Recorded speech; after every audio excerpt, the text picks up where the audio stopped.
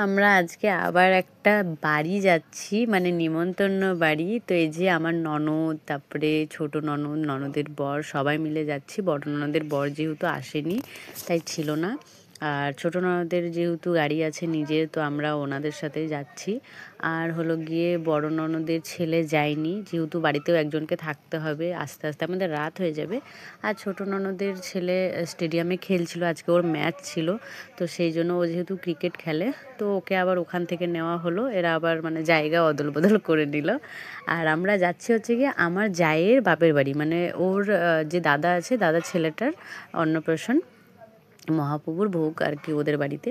তো এই যে আমরা ফাইনালি চলে এসেছি, এসে নিয়ে আমার মাসি শাশুড়ি বাড়িও পাশে, এখানটাতে আসলাম। এসে নিয়ে দেখছি এই যে একটা ঠাকুর, দেখো মানে কালী ঠাকুরের মুখটা না এতটাই সুন্দর, মানে খুব মিষ্টি।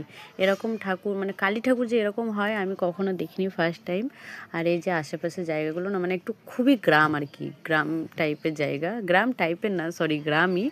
তো আমি আর কি দেখছিলাম রাত্রেবেলাতে কি অবস্থা, মানে দেখে লাগে এইদিকে শেয়ালের আওয়াজ, তারপর মানে মনে হচ্ছে যেন বাড়ির দিকে চলে আসছে শেয়াল। ধীরে ধীরে যত রাত বাড়ছে তত শেয়ালের আওয়াজ হচ্ছে। তো এই যে মাসিদের বাড়িতে একটু বসে আমরা চাটা খেলাম, তারপরে আমার জায়ের বাপের বাড়িতে যাচ্ছিলাম। তো এই যে চলে এসেছি, এখানে এসে সবাই যে যার মতন একটু ফটো টটো তুললো, আমি একটু ভিডিও করে দিলাম, ফটো তুললাম। আর এই যে ইনি হলেন আজকে মেন অতিথি, মানে ইনি মেন অতিথি বলাও ভুল, উনিই হলো হিরো। তো এই যে এদের বাড়িতেও মনসা ঠাকুর আছে, তো ছোট্ট মতন একটা ওই যে হয় না বাচ্চা মেয়েগুলো সেই রকম। তো ফাইনালি আমরা খেতে বসে গেছি, আমি খাবারটাও দেখালাম, মানে বেশ ভালো, মানে নিরামিষ খাবার করেছে, মানে সুন্দর আর কি। আর আমরা যাওয়ার পরেই আমার মামা শ্বশুরের বৌমা, তারপরে ছেলে, ওরাও এসেছিলো। আর ওই যে ওদের বাচ্চা, উনি আবার মানে একা হাতে খাবে।